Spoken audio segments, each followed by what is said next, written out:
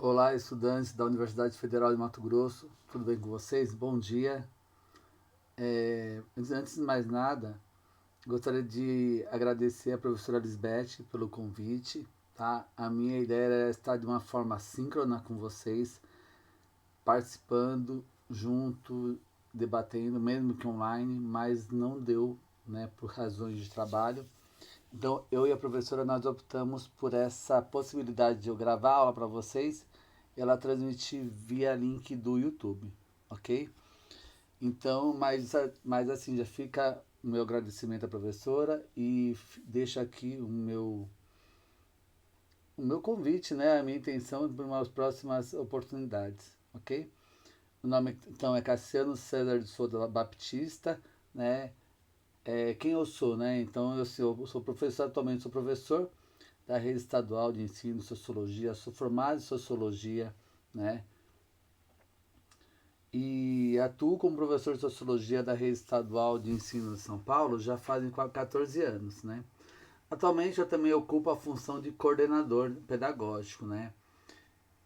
E a minha trajetória de pesquisa, de formação, ela até diz muito sobre o tema da nossa aula de hoje, né? E do curso de vocês, que é os clássicos da sociologia e as suas implicações para a educação. Então, ao longo, né, da minha trajetória, eu me formei em sociologia, só que eu acabei migrando para a educação quando a sociologia se tornou obrigatória nas redes públicas em 2008. Aí foi onde eu entrei na educação básica. E eu sempre tinha visto durante a graduação a educação coube, né, do olhar da sociologia, que é um pouco que eu vou trazer hoje. Mas eu fui me encantando daí da onde surge meu mestrado.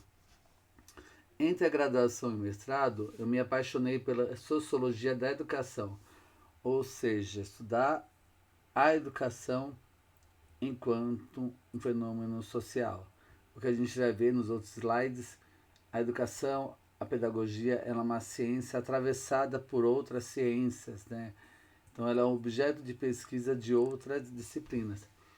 Então foi onde eu fui fazer pedagogia e fui fazer o mestrado em educação que eu terminei ano passado. Tá? Então eu sou formado em mestrado em educação pela Faculdade de Educação da Universidade de São Paulo, né? Minha formação recente. Deixei aí o link do Lattes para caso alguém queira conhecer mais, tá? Bom, partindo para o próximo slide, gostaria de propor uma reflexão sobre e aí, educação e sociedade, né? Educação e sociedade, né? Antes de mais nada, elas andam lado a lado, né? Desde os povos antigos, se a gente for ver o surgimento da própria pedagogia na concepção grega, né? Diz muito sobre esse termo, paideia, que é formação, envolve formação, e o livro do Werner Jäger, né? Um livro de quase 1500 páginas, onde ele vai tratar da questão da educação, da formação do ser humano grego. Então, educação e sociedade, elas andam lado a lado desde os povos antigos na África, quanto nesse mundo greco-romano da paideia grega.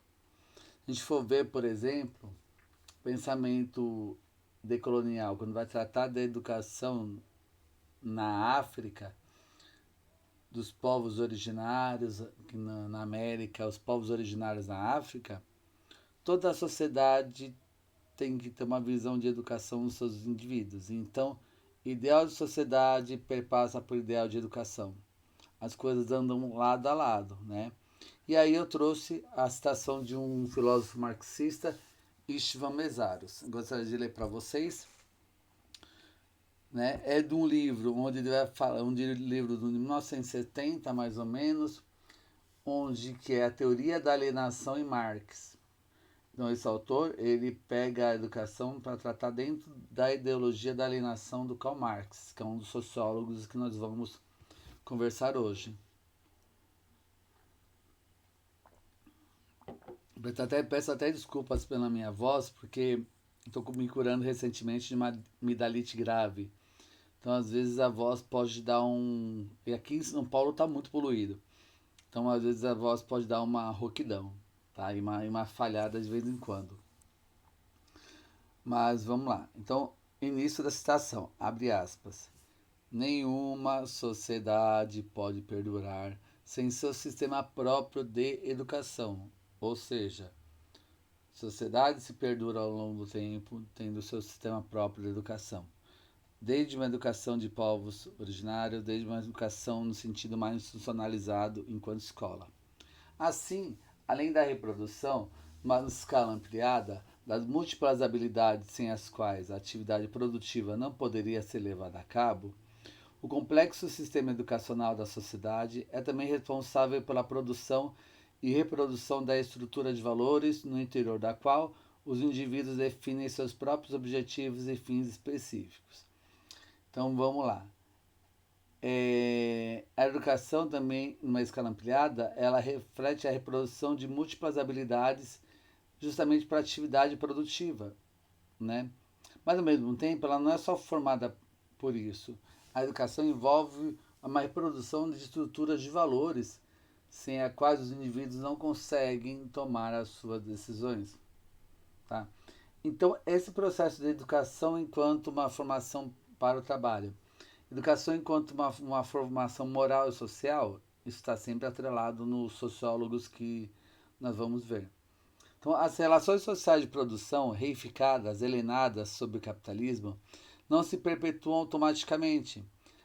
Ou seja, a educação envolve perpetuação dessa sociedade capitalista. Então, não adianta a gente querer uma educação emancipadora na visão do Mesaros.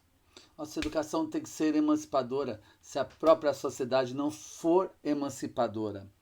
As coisas andam lado a lado e para e passo uma com a outra, tá? Então, as relações sociais de produção reificadas sob o capitalismo não se perpetuam automaticamente.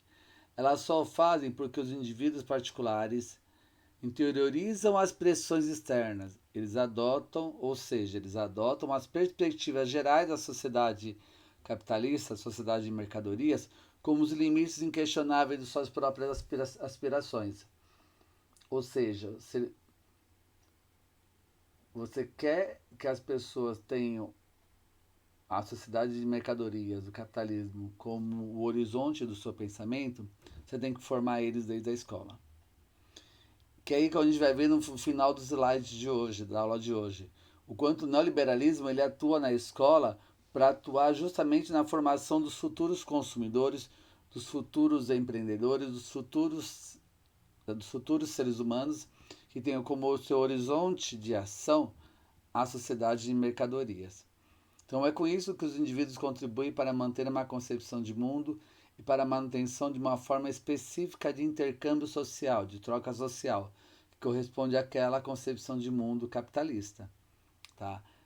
Bom, daí dá para a gente fazer vários debates, né? Mas para reflexão a gente vai ver como isso vai se aparecer nos outros sociólogos. Tá?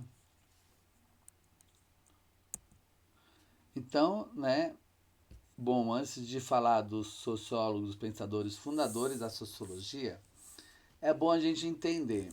Então, o que eu vou trazer aqui, quando a gente fala de pedagogia, educação, dizem as ciências da educação. Isso é um longo debate. Né? A professora Zaya Brandão tem um texto magnífico sobre isso, sobre a pesquisa em ciências da educação. A gente sabe que a economia fala de educação, todo mundo fala de educação. Você tem filosofia da educação, história da educação, geografia da educação, economia da educação, psicologia da educação. Então, a educação e a pedagogia ela é uma ciência atravessada por outras ciências da área de ciências humanas. Né? Isso, ao meu ver, não é nenhum problema, desde que você entenda a especificidade do conhecimento da área disciplinar, curricular, educação e da pedagogia. Então, para entender a ciência pedagógica, a educação enquanto ciência, é bom a gente ter essa identidade para conseguir se relacionar com as outras, né? Então, essa que é a questão, ao meu ver. Não vejo nenhum problema de se relacionar, justamente porque eu mesmo relaciono, né? Então, e outra ciência que é ligada com a educação é a sociologia, que aí é o tema nosso da disciplina. Então, ou seja, né, a sociologia da educação é pensar, em outros termos, a educação como objeto de pesquisa sociológico, objeto de pesquisa da educação. Então, aqui, né, nessa aula de hoje, está elencado 4 autores que seriam os fundadores da sociologia. Todos europeus, tá? Auguste Comte, 1798-1857, Émile Durkheim, 1858-1917, Karl Marx, 1818-1883, Max Weber, 1864-1920. Bom, vocês já devem ter visto nas aulas anteriores, porque eu dei uma olhada na emenda do curso de vocês, quanto que a sociologia ela se forja enquanto ciência no processo de industrialização capitalista um forte que ocorreu na Europa a partir do século XVIII, tá? Que isso basicamente se consolida no século XIX.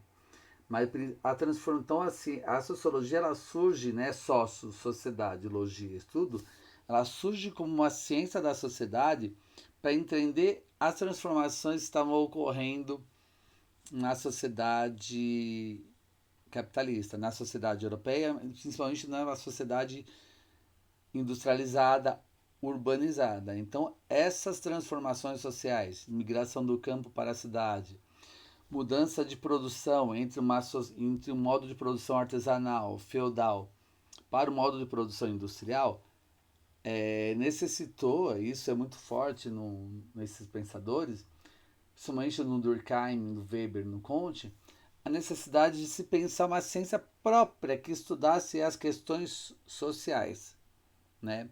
Diferente da filosofia, diferente da economia, uma ciência que estudasse essas questões contemporâneas, essas questões sociais da contemporaneidade capitalista, tá?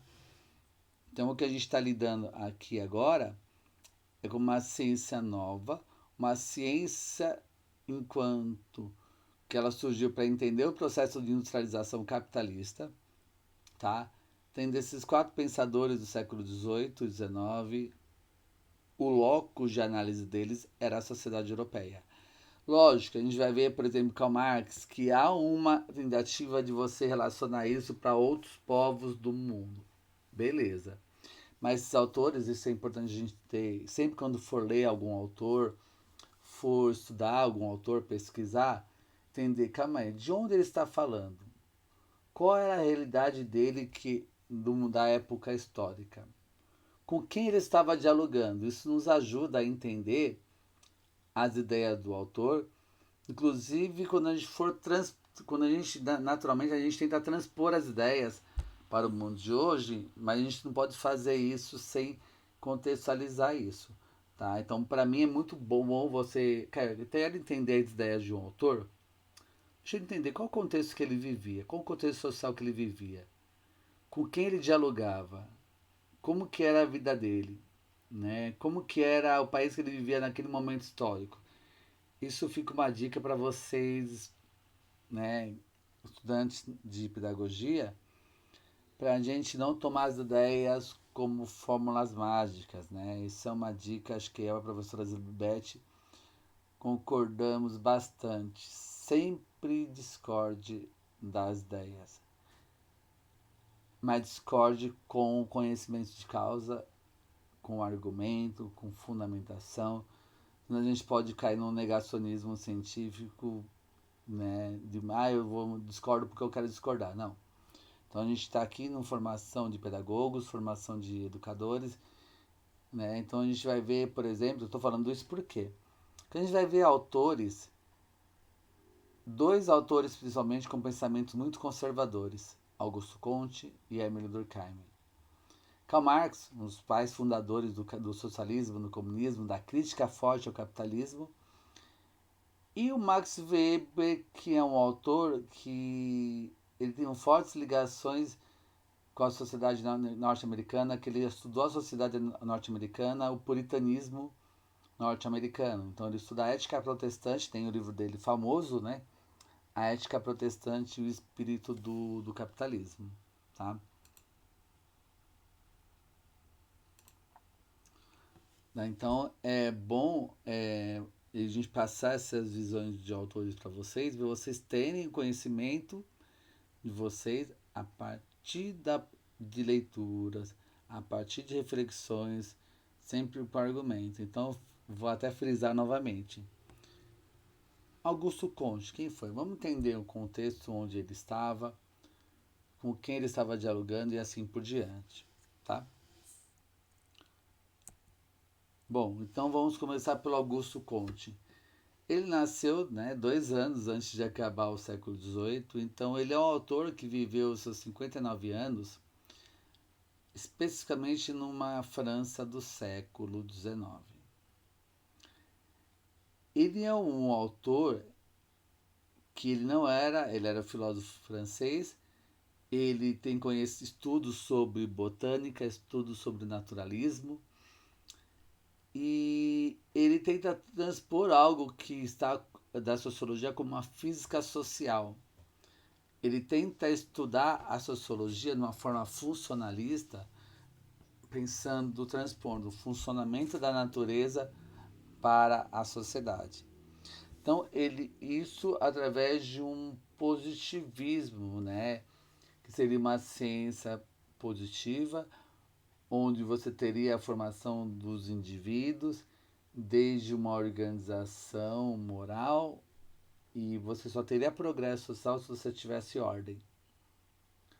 Tá? E você já deve ter isso, já devem ter entendido, né, essa ideia de ordem e progresso. O pensamento do Augusto Comte esteve muito ligado às alas militares na Europa. E isso aparece no Brasil também, né, através de uma ciência positivista, através de uma religião racionalista também. Positivismo vem no século XIX para o Brasil e principalmente vai pautar os republicanos, os militares ligados à ala republicana, Floriano Peixoto, Marechal Deodoro da Fonseca. Então, esses militares, eles vão pegar o lema do Augusto Conte, que era para você ter uma ordem social, uma ordem moral, para você ter progresso. Ou seja, você não tem progresso na desordem. E desordem para Augusto Conte é qualquer processo de manifestação, qualquer processo de greve. Então a gente está lidando aqui com um pensamento funcionalista, com um pensamento conservador. Tá? Então na nossa bandeira está escrito ordem e progresso. Tá? Nesse sentido que essa ideia de Augusto Conte veio para o Brasil. Então é um autor conservador, é um autor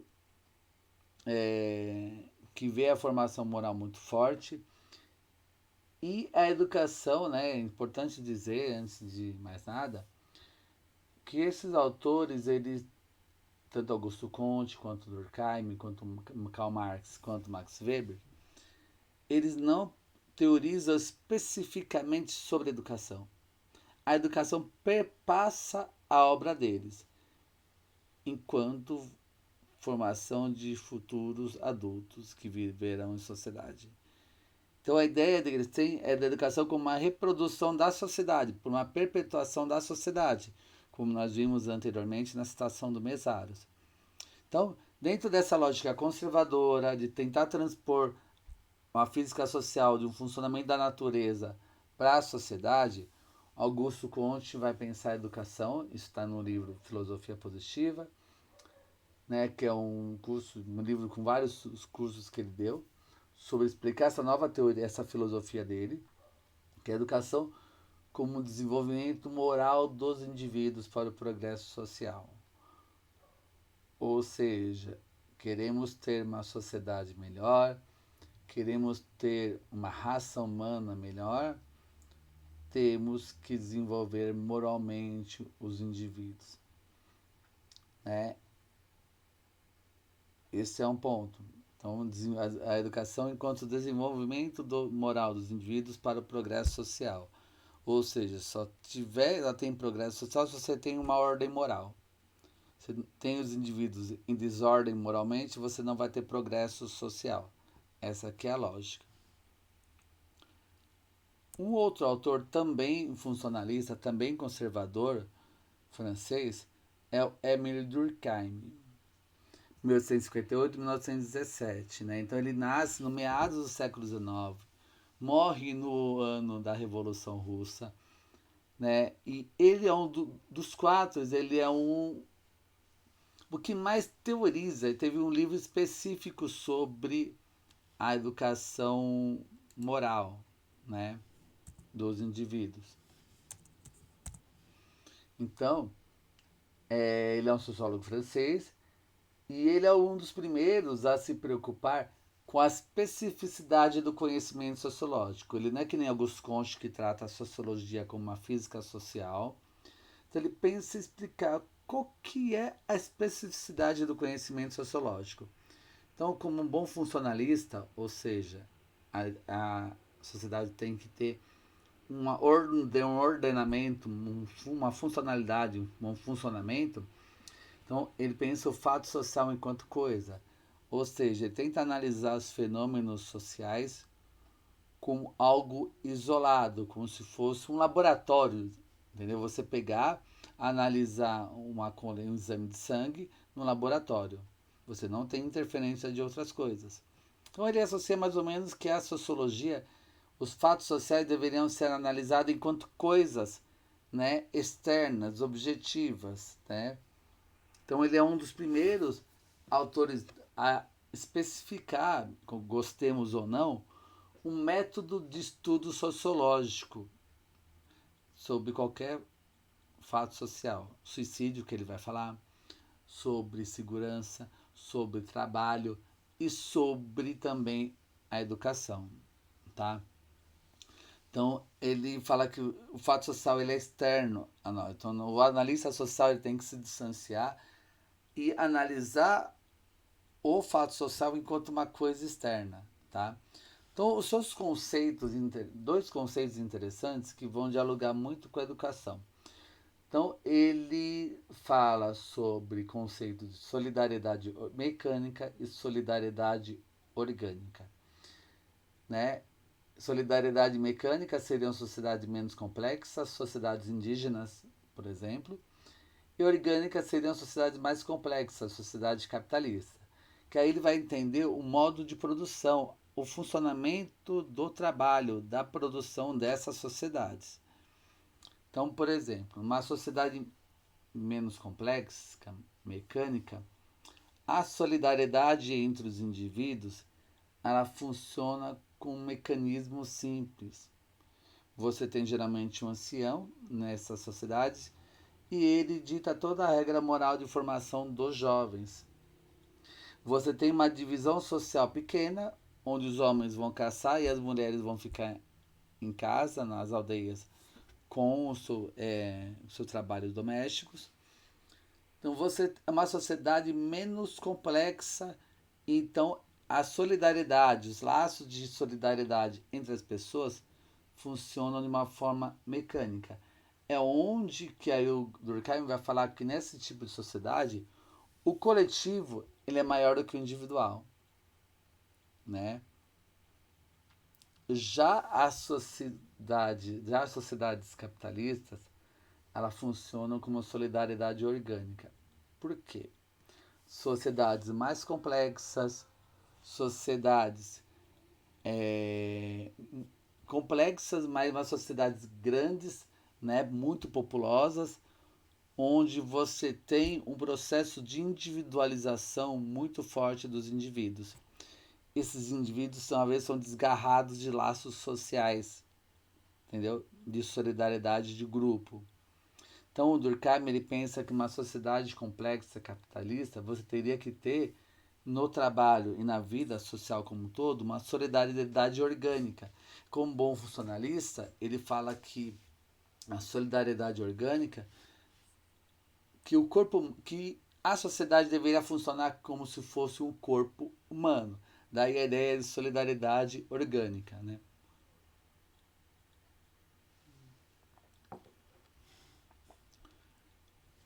Então, por exemplo, você tem um certo trabalho, vamos pegar numa cidade normal. As pessoas saem dessas casas para trabalhar.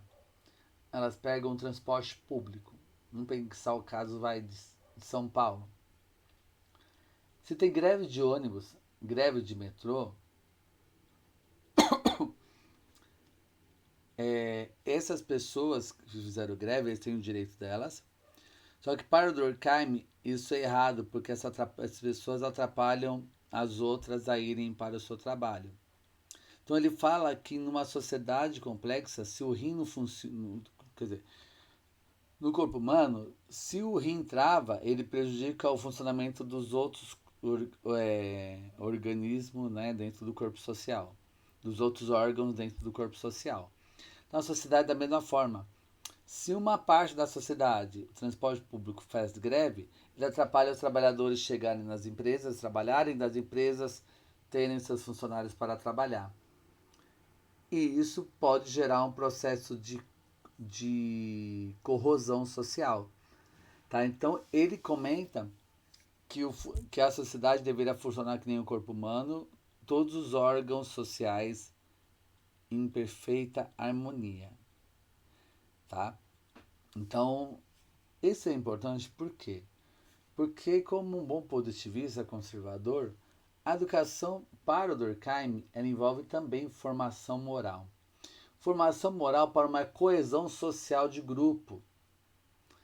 Ou seja, você quer ter indivíduos coesos, você tem que reforçar a visão de uma formação moral na família, formação moral na escola, tanto para Durkheim quanto para o Comte.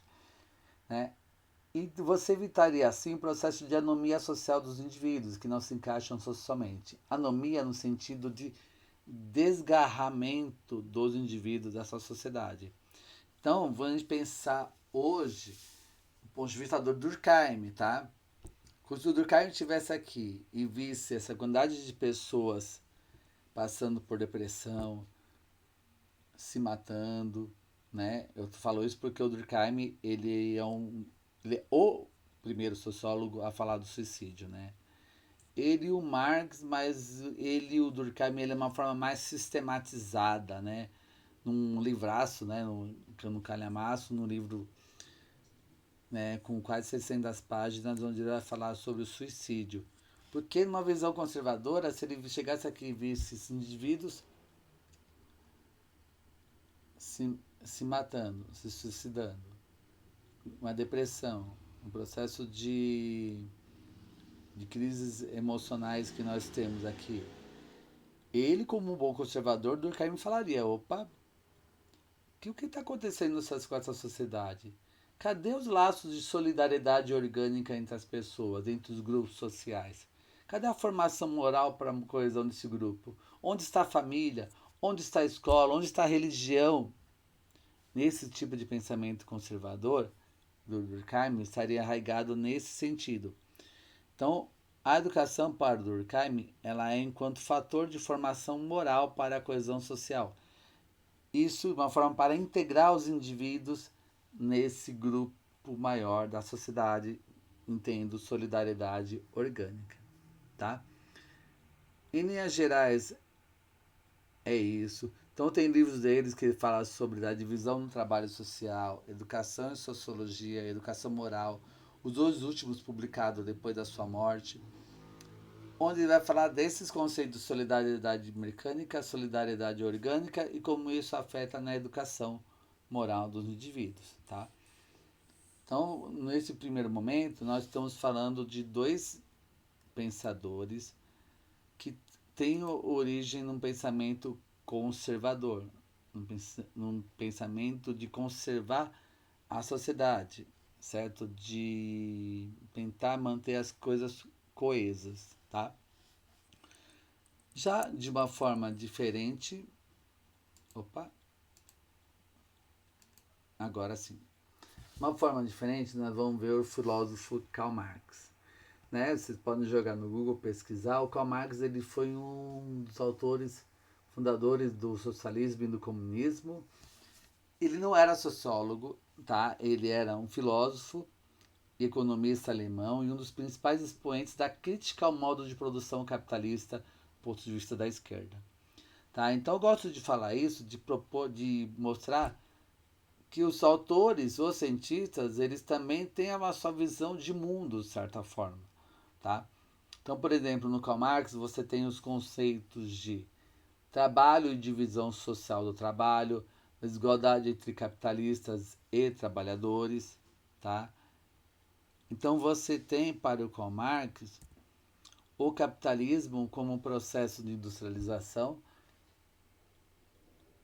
que ele traz inúmeras desigualdades entre os capitalistas e entre os trabalhadores, onde os trabalhadores eles produzem mais do que aquilo que eles ganham, os capitalistas extraem mais valia dos trabalhadores. Então esse processo de exploração no capitalismo, das fábricas capitalistas no século XIX e hoje, gera uma desigualdade e um processo de exploração entre as pessoas. Né? Por quê? Porque para o Karl Marx o trabalho ele é um conceito estruturante da vida em sociedade. Então o trabalho, aí eu coloco na parte de baixo, enquanto ato produtivo. Por mais que eu até brinco, né, no ensino médio, por mais que a gente goste e queira, a louça não se lava sozinha. A roupa não se lava sozinha. Ela precisa que a gente pegue a roupa no balde, jogue na máquina, ligue a máquina, bote para funcionar, depois vai lá e seca e estenda. Esse processo é ato produtivo, certo? Por exemplo, né, vamos pegar em Cuiabá, né, a questão do gado. Você vai numa churrascaria, até tem uma brincadeira que o trabalho humano vai acabar porque você vai ter agora as inteligência artificial tomando conta. Vamos pensar numa churrascaria. O boi se corta sozinho, a carne se serve sozinha, ou seja, então eu só acreditaria, né, no fim do trabalho humano quando a carne se cortasse sozinha, a carne se assasse sozinha e a carne viesse na minha mesa sozinha para receber. Então, brincadeira à parte, esse processo de trabalho enquanto ato humano. Então, o Karl Marx ele pensa o trabalho como um ato produtivo de produção de valor de uso para nossa utilidade. Esse copo que serve para tomar minha água. E também como valor de troca. Esse copo também tem o seu valor de uso para eu conseguir tomar água nele, mas também ele serve como um valor de troca. Tá?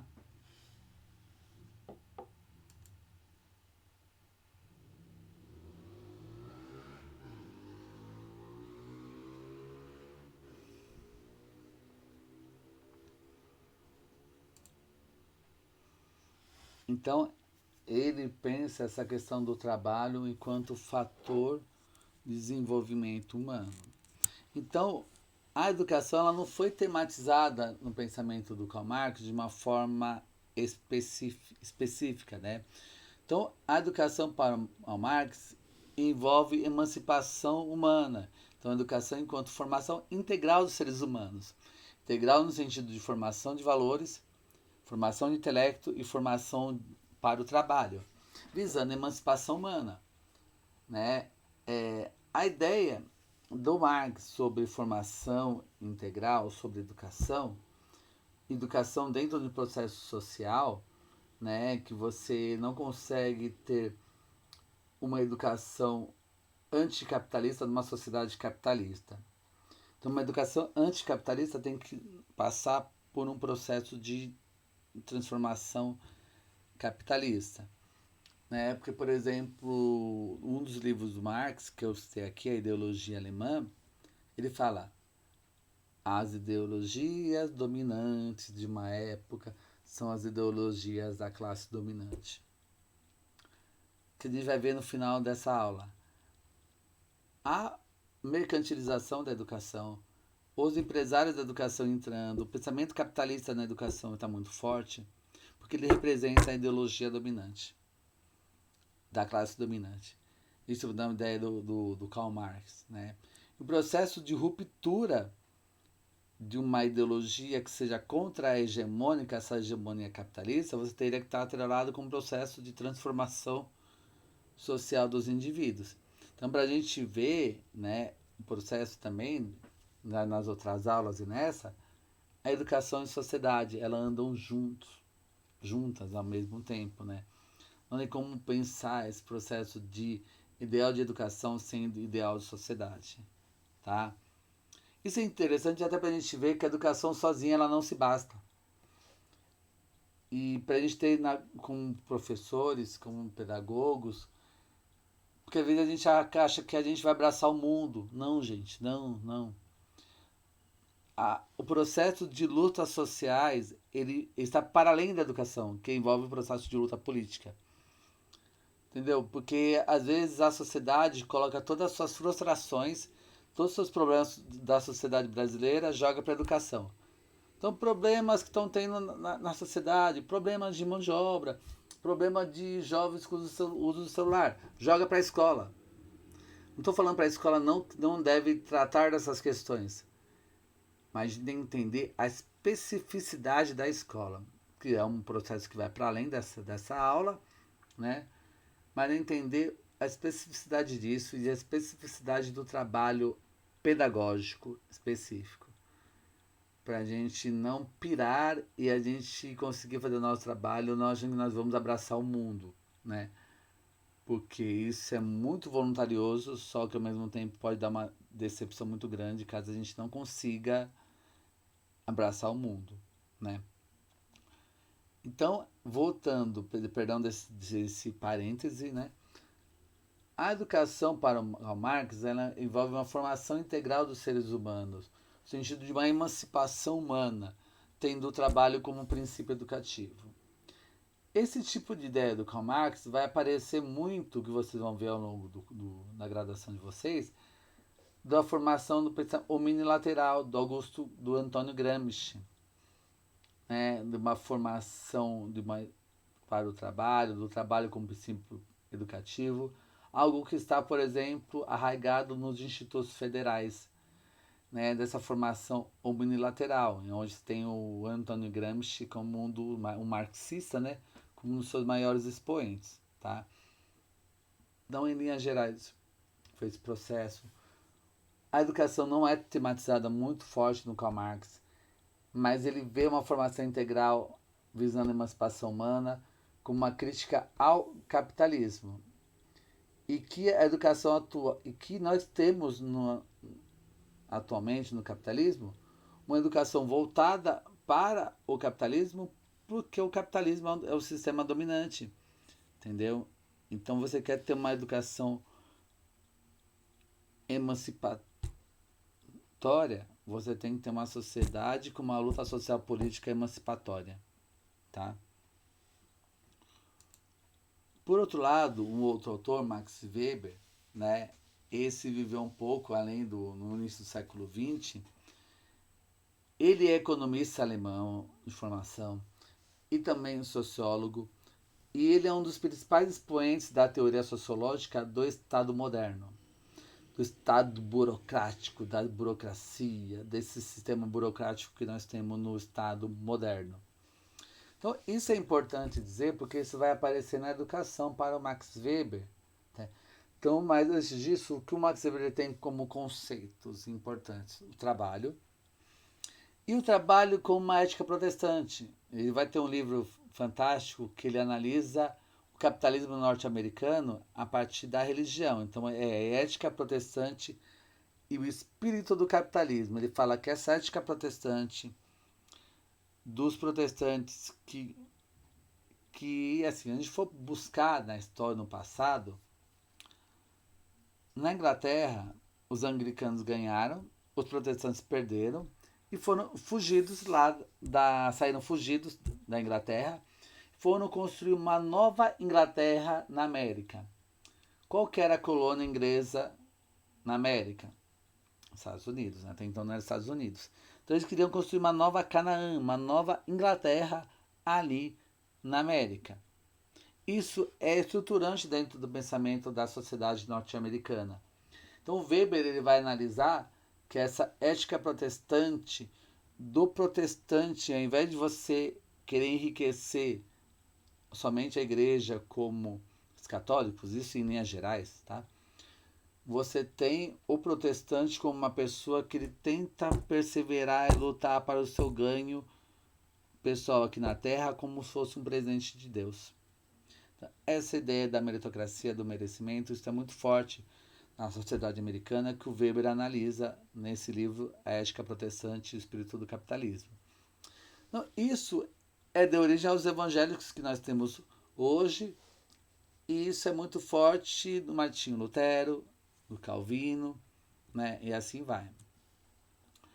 Isso é um dos conceitos do Weber, do que ele estuda.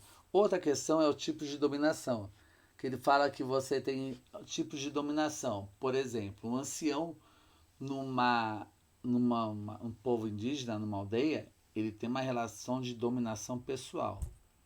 Sempre ocorreu assim, os anciãos eles têm sabedoria para ensinar os mais jovens. Você tem a dominação carismática, que é regida por aquelas pessoas com seu carisma pessoal, líderes políticos e religiosos, basicamente. Né? A gente vê as eleições municipais aí, eu não sei vocês aí em Cuiabá, mas aqui em São Paulo é um show de horrores. Né? Fecha aspas aí. E você tem o tipo de dominação racional legal. Legal não no sentido de bacana, joinha, não. Racional, legal, racional no sentido burocrático e legal no sentido de dominação através das leis. Então ele fala que você tem esse tipo de dominação racional legal, que é característica do Estado moderno e característica da burocracia com o seu sistema judiciário. Então, a partir disso, você deve ter visto isso no texto de vocês para a aula de hoje, a educação para o Max Weber era um fator de aplicabilidade reprodutiva da organização burocrática dos Estados modernos. Você tem sistemas de ensino burocratizados que reproduzem essa ideologia racional da sociedade capitalista e do Estado também. Tá? Então você tem, nesse sentido, de uma escola pública, de uma rede pública de ensino, dentro dessa burocracia estatal, no pensamento do Max Weber. Tá? Bom, nós terminamos aqui uma parte da nossa aula, tá? Que é para falar, em linhas gerais, sobre como os fundadores da sociologia, Augusto Comte, Emile Durkheim, Karl Marx e Max Weber, eles falam sobre a educação. Então vocês perceberam que a educação, em muitos deles, não é um tema específico de estudo deles. Isso, eu volto no começo, que a educação, ela tem ciência da educação, ela é atravessada por vários conhecimentos, por várias relações de força, porque a educação é um processo social, tá? E nesse sentido, eu gostaria de pedir a partir já para a finalização da aula, propondo uma reflexão para vocês que não vai se esgotar agora. Esses autores que eu mencionei estão falando, Europa, século XIX, começo do século XX. Nós estamos já no primeiro, um quarto já do século XXI, né? E do que nós estamos sob a hegemonia do capitalismo. Então você tem esse sociólogo Christian Laval, sociólogo francês, que ele analisa através do Max Weber, né, com base no Max Weber, a educação enquanto mercadoria. Então ele trabalha como Max Weber e com o Karl Marx, tá? Então ele se baseia no Karl Marx e no Max Weber. Então ele vê a educação como mercadoria e a escola enquanto empresa para trabalhar do neoliberalismo na educação. Ou seja, toda essa ideologia empresarial, essa mercantilização da educação que nós vemos em redes próprias privadas de educação, privatização de escolas, privatização do currículo, né, todas essas fundações dentro da educação, né? Nova Escola, por exemplo. E tem um trecho dele em que ele é importante para a gente perceber que o neoliberalismo é um processo social e de que como a educação ela reflete, ela está dentro de um contexto social. A educação interfere socialmente nas relações sociais, no andamento da sociedade, ao mesmo tempo ela é influenciada por essa sociedade. Então a educação, ela ao mesmo tempo que influencia a sociedade, ela é influenciada por ela. Então nesse trecho, abre aspas, né? O neoliberalismo atual não veio para transformar a escola de uma hora para outra, tá? Desde bem cedo, muitos autores se dedicaram a definir e construir uma escola que coincidisse ponto por ponto com o espírito do capitalismo. Esse livro é de 2019, na edição mais recente, mas ele foi lançado no final dos anos 90, começo dos anos 2000. Então era aquele negócio, você quer ter, vamos pensar no Brasil de hoje, no ensino médio, você quer ter uma sociedade com um desenvolvimento capitalista muito forte, investe em educação. E a educação tem que refletir esse espírito do capitalismo, formar pessoas empreendedoras. Então você vê muitas pessoas e grupos sociais ligados à direita, não, nós temos que formar pessoas empreendedoras, educação financeira na escola. Aqui não está nem em juízo se isso deveria entrar ou não. Eu estou querendo propor para vocês é o quanto a educação ela é permeável, ela é influenciada por essas questões externas da sociedade, e ao mesmo tempo que também que ela influencia a sociedade, tá? Então é um caminho de volta, tá? Bom, por fim, vou falar aqui, nesse sentido, voltando no Karl Marx, na ideologia alemã, o Karl Marx ele fala uma das frases fantásticas. A ideologia dominante de uma época é a ideologia da classe dominante. Isso é um tema que eu estudei, por exemplo, no mestrado, a noção de competências como pedagogia hegemônica dos documentos curriculares brasileiros. Então, nós vemos desde os anos 90 a pedagogia, a noção de competências, essa mercantilização da educação, mercantilização dos indivíduos, isso isso está dentro de todos os poros da educação brasileira. Agora, vamos ter educação financeira, vamos ter indivíduo para o projeto de vida dele. Todo esse tipo de noção reflete uma pedagogia hegemônica que está nos documentos curriculares brasileiros, desde a LDB, mas principalmente, atualmente, na BNCC, Base Nacional Comum Curricular, e na reforma do ensino médio. Tá? Bom, eu sei que, por exemplo, aqui é o curso de pedagogia, basicamente uma formação nos anos iniciais do ensino fundamental, mas a questão da BNCC, essa ideia do desenvolvimento da construção das 10 competências da BNCC, isso perpassa a formação básica como um todo, tá?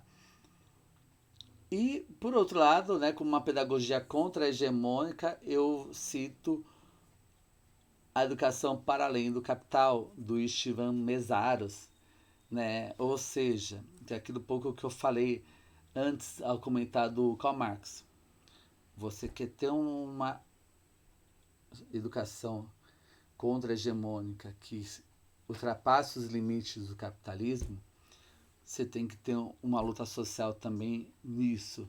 Então, o processo de contra-hegemonia, de lutas contra-hegemônicas na sociedade capitalista, contra o capitalismo, você também tem que ter na educação um processo disso. Então, você só consegue caminhar para além de uma sociedade capitalista, você também tiver a educação como base, e a educação somente consegue ir para além do capitalismo, se ela tiver um processo social como um todo, andando lado a lado, tá? Então, assim fica, por exemplo, como uma dica no final, né, para vocês refletirem, tudo que eu falei aqui, para vocês refletirem, pensarem dentro da realidade de vocês, mas sempre com pensamento crítico, com base em argumentos. Então, você tem essa pedagogia hegemônica da noção das competências, você tem uma pedagogia contra-hegemônica, que são as pedagogias Essa, por exemplo, você tem uma pedagogia histórico-crítica do Hermevel Saviani, que é um dos autores que a professora Lisbeth recomendou, que pensa numa educação para além dos limites do horizonte de vida do capitalismo, tá? Bom, aqui nessas referências eu procurei anotar algumas referências que eu utilizei assim, à margem dos autores principais da sociologia, ok? Para vocês olharem, tá? É a minha dissertação de mestrado, onde eu falei do ensino médio paulista, analisando a noção de competências nos documentos curriculares do Estado de São Paulo, tá? Antes de acabar, lembrei de uma coisa, né? Olha que interessante. Onde eu tô com muita dor na coluna, então eu tô me ajeitando aqui, tô com muita dor na coluna. A educação, a gente vê hoje aqui em São Paulo, o processo das plataformas digitais, então ela reflete todo um processo de mercantilização que reflete a ideologia dominante do capitalismo, desse pensamento computacional que está na BNCC, de você ter jovens usando, privatizar a educação. Então essa lógica capitalista está dentro da educação, tá? Então cabe a gente, enquanto profissionais da educação, enquanto pedagogos, sociólogos, profissionais da educação e pesquisadores, a gente entender a educação, que é o meu objetivo aqui nessa aula de hoje, e que acredito que seja o objetivo da professora Lisbeth, que vocês pensem a educação dentro da ideia da sociologia como um complexo dentro dos vários complexos. Então a educação é um complexo com seu funcionamento próprio, mas ela está dentro de vários complexos da sociedade. Família, religião, Estado, economia, pobreza, assim por diante. Ao mesmo tempo que a educação ela pode influenciar a sociedade, ela é influenciada por ela, tá? E fica aqui, eu estou encerrando essa aula, mas fica aqui no meu agradecimento para a professora Lisbeth, espero encontrar vocês no outro momento, e boa sorte no curso de vocês, ok? Muito obrigado, até mais, forte abraço.